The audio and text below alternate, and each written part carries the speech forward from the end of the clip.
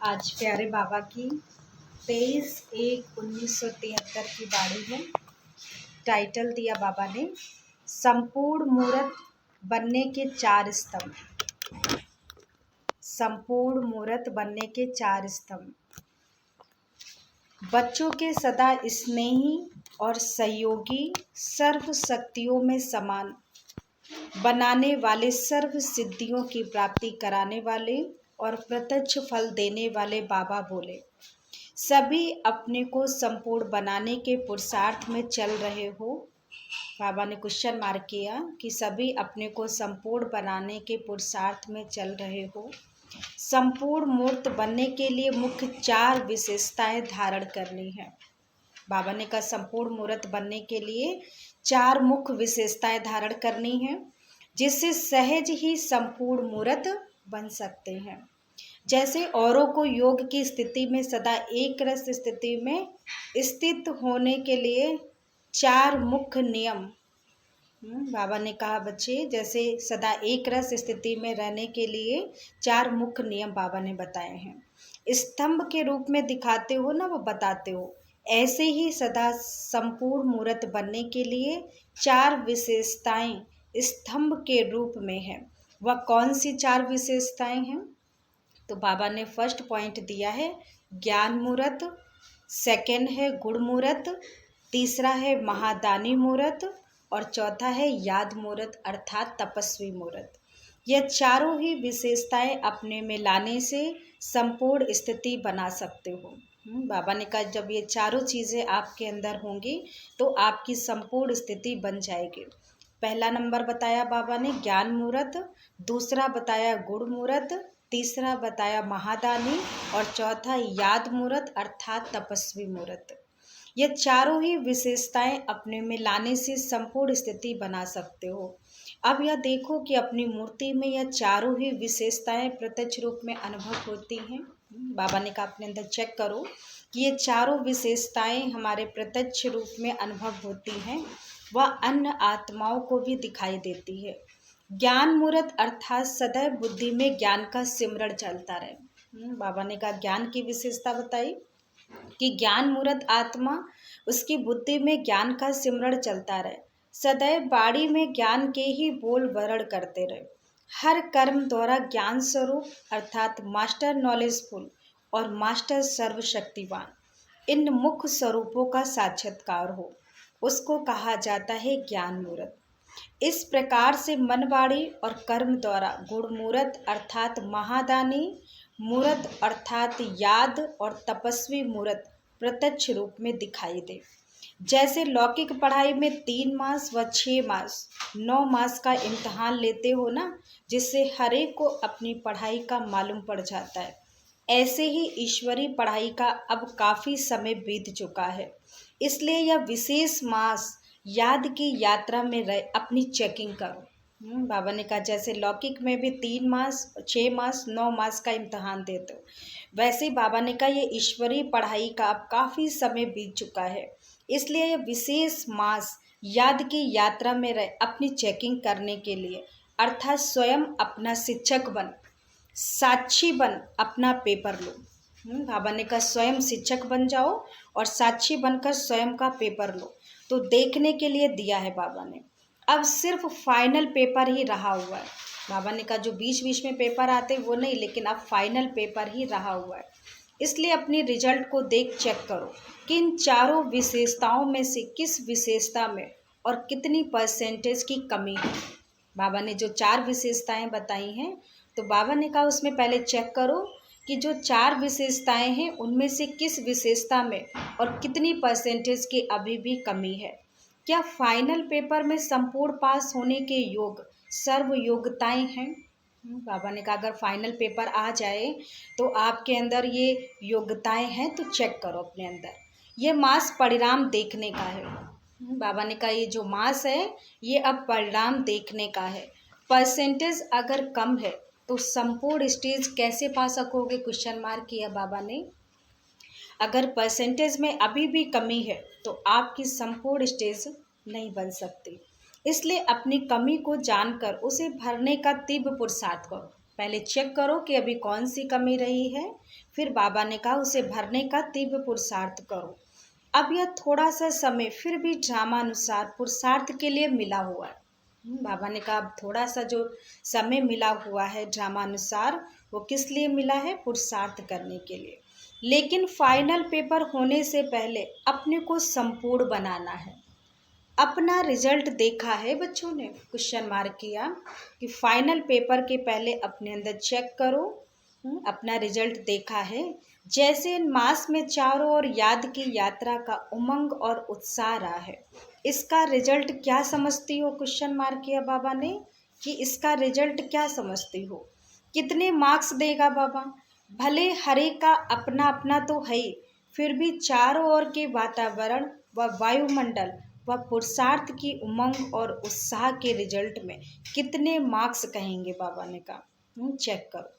Total पूछता है बाबा, सभी के पुरुषार्थ का प्रभाव मधुबन तक पहुंचता है ना? चेक करो। क्वेश्चन मार्क किया बाबा ने कि जो पुरुषार्थ आप करते हो उसका प्रभाव मधुबन तक पहुंचता है क्या? क्या त्रिकालदर्शी नहीं हो? बाबा ने कहा चेक करो कि क्या अभी भी त्रिकालदर्शी नहीं बने हो? अपने समीप परिवार की आत्माओं के पुरुषार्थ के त्रिकालदर्शी नहीं हो क्या? बाबा ने कहा जो समीप में आने वाली आत्माएं हैं, क्या उनके पुरुषार्थ के लिए त्रिकालदर्शी नहीं बने हो? चेक करो। क्या भविष्य के ही त्रिकालदर्शी हो, वर्तमान के नहीं हो? बहुत सुंदर पॉइंट बाबा ने दिया कि चेक करो कि भविष्य के ही त्रिकालदर्शी हो, क्या वर्तमान के अभी तक नहीं बने हो? वाइब्रेशन से और वायुमंडल से परख नहीं सकते हो? बाबा ने कहा आपके पास इतनी पावर होनी चाहिए कि आप वाइब्रेशन से वायुमंडल को परख लो। जब साइंस वाले पृथ्वी से स्पेस में जाने वालों की हर गति और हर विधि को जान सकते हैं, तो क्या याद के बल से आप अपने श्रेष्ठ पुरुषार्थ की गति और विधि को नहीं जान सकते हो? बाबा ने कहा जैसे साइंस वाले क्या करते, स्पेस में जाने वाली की हर गतिविधि को जान जाते, तो ऐसे ही बाबा ने कहा क्या साइलेंस की शक्ति से आप श्रेष्ठ पुरुषार्थ की गति और विधि को नहीं जान सकते हो? साइंस से भी बड़ी कौन है? साइलेंस की शक्ति। इसलिए लास्ट में जानेंगे तब आवश्यकता नहीं होगी। बाबा ने कहा पहले चेक करो कि क्या अभी हम जान सकते हैं। अगर लास्ट में जानेंगे तो आवश्यकता ही नहीं होगी। अभी से यह जानने का अभ्यास भी होना चाहिए, क्योंकि कैचिंग पावर है ना, कैचिंग पावर तो चाहिए ना। जैसे साइंस दूर की आवाज़ को कैच कर चारों ओर सुना सकती है, तो आप लोग भी शुद्ध वाइब्रेशन, शुद्ध वृत्तियाँ व शुद्ध वायुमंडल को कैच नहीं कर सकती हो? चेक करो अपने अंदर। बाबा ने क्वेश्चन मार्क किया कि जैसे साइंस दूर बैठी आवाज़ को भी क्या कर लेता है? कैच कर लेता है। तो ऐसे बाबा ने कहा क्या आप साइलेंस की शक्ति से शुद्ध वाइब्रेशन, शुद्ध वृत्तियाँ, शुद्ध वायुमंडल को कैच नहीं कर सकते हो? कैच कर सकते हैं ना। तो बाबा ने कहा चेक करो, वाइब्रेशन, वृत्तियाँ और वायुमंडल, यह कैचिंग पावर प्रत्यक्ष रूप में अनुभव होगी। जैसे आजकल दूर से सीन टेलीविज़न द्वारा स्पष्ट दिखाई देते हैं, वैसे दिव्य बुद्धि बनने से सिर्फ एक याद के शुद्ध संकल्प में स्थित रहने से आप सभी को भी एक दूसरे की स्थिति व पुरुषार्थ की गतिविधि ऐसे स्पष्ट दिखाई देगी। ये साइंस भी कहाँ से निकली है बच्चे? बाबा ने कहा ये साइंस भी कहाँ से आई? साइलेंस की शक्ति से ही तो आई। तो बाबा ने कहा चेक करो, इसलिए साइलेंस की शक्ति से ही साइंस निकली है। साइंस आप लोगों की वास्तविक स्थिति और संपूर्ण स्टेज को समझाने के लिए एक साधन है। बाबा ने कहा जो साइंस है वो वास्तविक स्थिति और संपूर्ण स्टेज को समझाने के लिए सिर्फ एक साधन निकला है, क्योंकि सूक्ष्म शक्ति को जानने के लिए तमोगुणी बुद्धि वालों के लिए कोई स्थूल साधन तो चाहिए ना, क्योंकि उनकी बुद्धि कैसी है? तमोगुणी है। इसलिए बाबा ने कहा उनको स्थूल में कोई साधन तो चाहिए ना, इसलिए बाबा ने कहा ये साइंस एक साधन है। जिस श्रेष्ठ आत्मा में ये चारों ही विशेषताएं संपूर्ण होंगी, ऐसी आत्मा में सर्व सिद्धियों की प्राप्ति दिखाई देगी। यह सिद्धि अपने प्रेजेंट समय के पुरुषार्थ में दिखाई देती है। क्वेश्चन मार्क किया बाबा ने, चेक करो कि तो बाबा ने कहा चेक करो कि सर्व सिद्धियों की प्राप्ति दिखाई देती है, यह सिद्धि अपने प्रेजेंट समय के पुरुषार्थ में दिखाई देती है, कुछ परसेंटेज में भी दिखाई देती है, या स्टेज अभी दूर है। बाबा ने कहा चेक करो कि अभी कुछ परसेंट दिखाई देती है या अभी स्टेज क्या है, दूर है। कुछ समीप दिखाई देती है। यूँ तो इस मास की रिजल्ट चारों ओर की बहुत अच्छी रही। अब आगे क्या करोगे? बाबा क्वेश्चन मार्क कर रहा है कि अब आगे क्या करेंगे। याद की यात्रा में रहने से कोई नए प्लान प्रैक्टिकल में लाने के लिए इमर्ज हुए हैं? क्वेश्चन मार्क किया बाबा ने। जैसे चारों ओर संगठन के रूप में याद का बल अपने में भरने का पुरुषार्थ किया, वैसे अब फिर आने वाले यह 2 मास विशेष बुलंद आवाज से चारों ओर बाप को प्रत्यक्ष करने के नगारे बजाने हैं बच्चे। बाबा ने कहा वो समय आ गया है जब बाप दादा के क्या करना है, प्रत्यक्ष नगारे बजाने का समय है। जिन नगारों की आवाज को सुनकर सोई हुई आत्माएं जाग जाएं।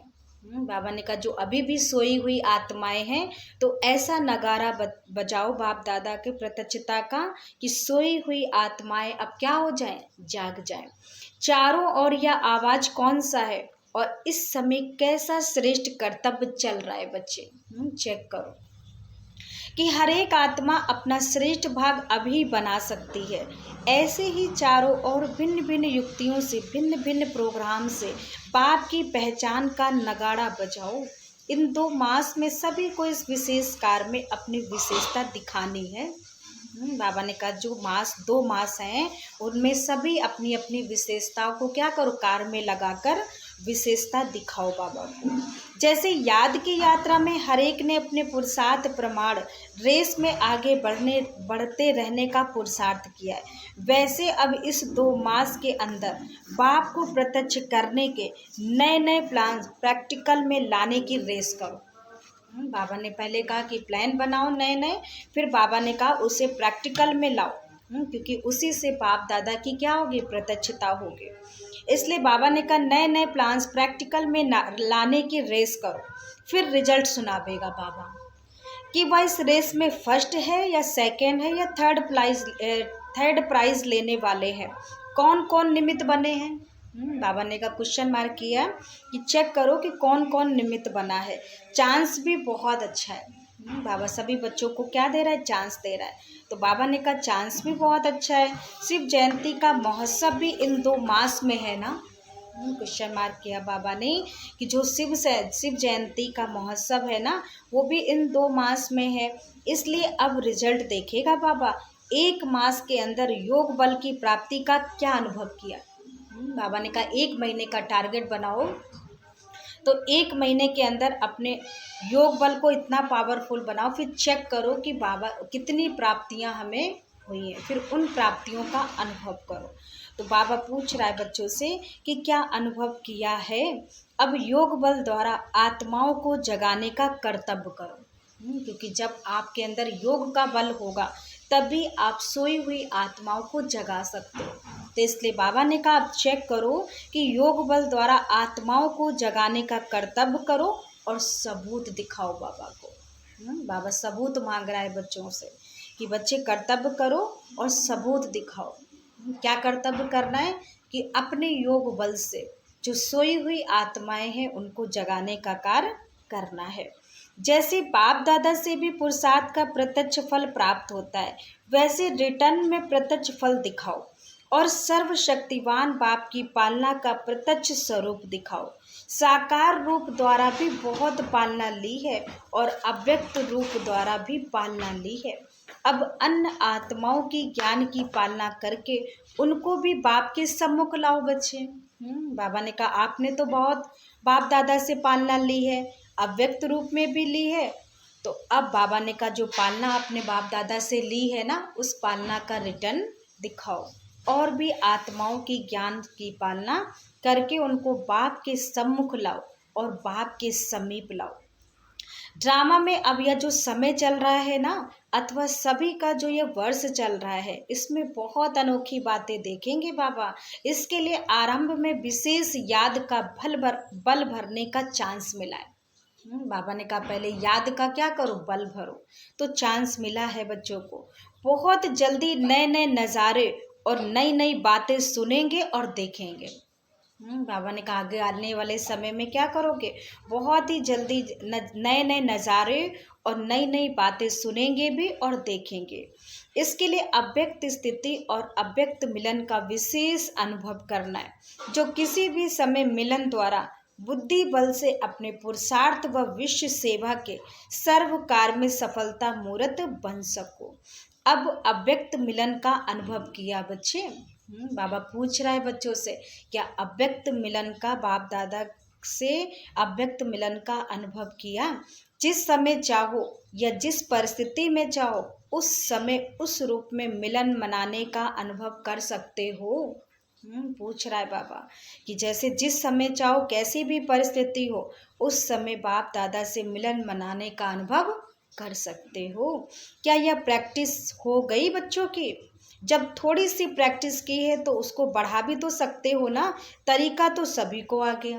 बाबा कहता तरीका तो सभी को आ गया, लेकिन अब क्या करना है, प्रैक्टिस को बढ़ाना है। यह तो बहुत सहज तरीका है, जिससे जिस देश में जिस रूप में मिलना चाहे तो वैसा अपना वेश बना लो। बाबा ने कहा जैसे बाबा से जिस रूप में मिलना चाहते हो तो उस रूप में उस हिसाब से अपना क्या कर लो, वेश बना लो। तो बाबा ने कहा जिस देश में जाना होता है ना, उसी देश में उस वेश में चले जाओ। तो वेश बना लिया तो उस वेश में और उस देश में पहुंच ही जाओगे और उस देश के वासी बाप से अनेक रूप से मिलन मना सकेंगे। सिर्फ उस देश के समान वेशभूषा धारण करो, अर्थात स्थूल वेश और स्थूल शरीर की स्मृति से परे सूक्ष्म शरीर अर्थात सूक्ष्म देश के वेशधारी बनो। जैसे बाबा ने कहा जैसा देश वैसा ड्रेस, तो ऐसे बाबा ने कहा उसी रूप में, उस जैसा देश उसी रूप में उसको याद करो।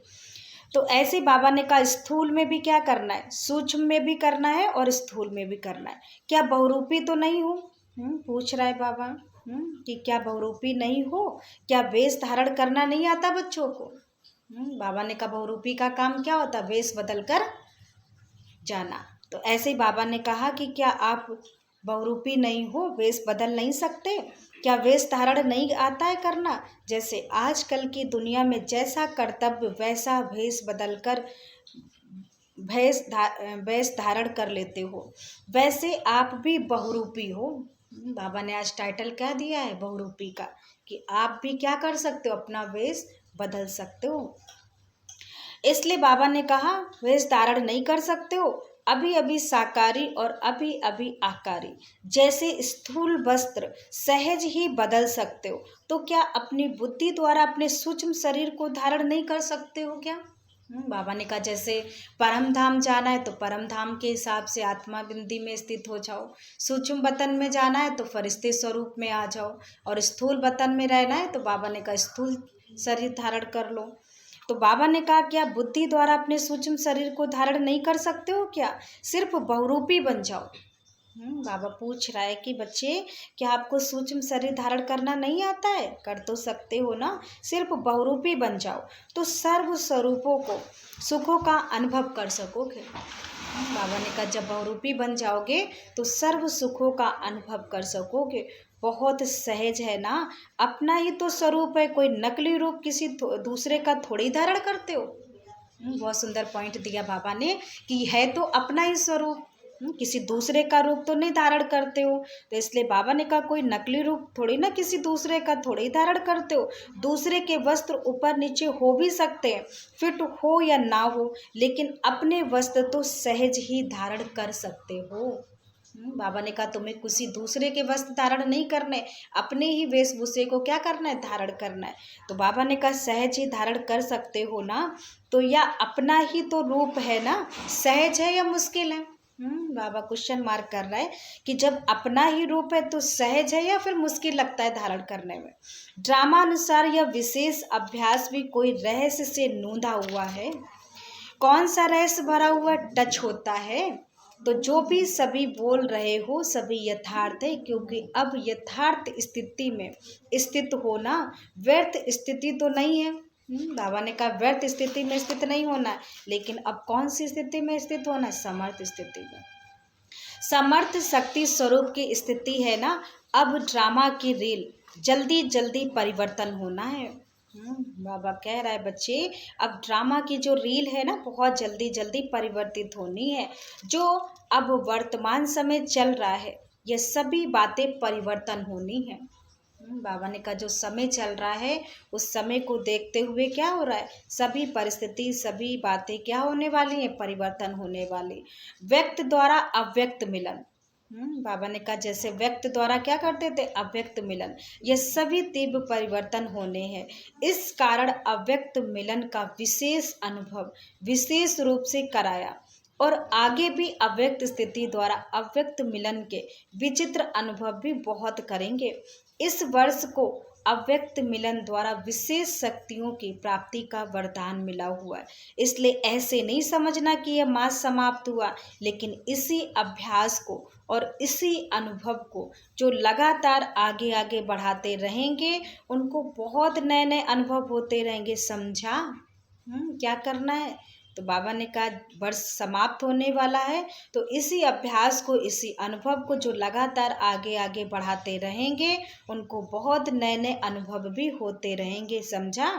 ऐसे सर्व गुणों में अपने को संपन्न बनाने वाले, अपने संकल्प वाणी और कर्म द्वारा सर्व विशेषताएं प्रत्यक्ष करने वाले, बाप दादा के दिव्य पालना का प्रत्यक्ष फल दिखाने वाले, बाप के सदा स्नेही और सदा सहयोगी, सर्व शक्तियों में समान बनने वाले और सर्व सिद्धियों को प्राप्त करने वाले श्रेष्ठ आत्माएं एवं तीव्र पुरुषार्थी आत्माओं को बाप दादा का याद प्यार और नमस्ते। तो बाबा ने कहा इस मुरली का ज्ञान बिंदु है, ईश्वरीय पढ़ाई अब काफ़ी समय बीत चुका है। बाबा ने कहा ये जो ईश्वरीय पढ़ाई है इसका अब काफ़ी समय बीत चुका है, इसलिए याद की यात्रा में रहे अपनी चेकिंग करने के लिए, अर्थात स्वयं ही अपना शिक्षक बन, साक्षी बन अपना पेपर लेना है। बाबा ने कहा जो पेपर चल रहा है, जो पढ़ाई चल रही है, उसमें बहुत समय बीत चुका है, अब तो पेपर देने का टाइम है, वो भी फाइनल पेपर आने वाला है। तो इसलिए बाबा ने कहा पहले चेकिंग करो, कि याद में रहकर चेकिंग करो कि स्वयं के शिक्षक बनो और शिक्षक बन साक्षी बनकर पेपर फाइनल पेपर को पास करो। तो शिक्षक बनना है और साक्षी बनकर पेपर को क्या करना है, पास करना है, वो भी किस में रहकर, योग में।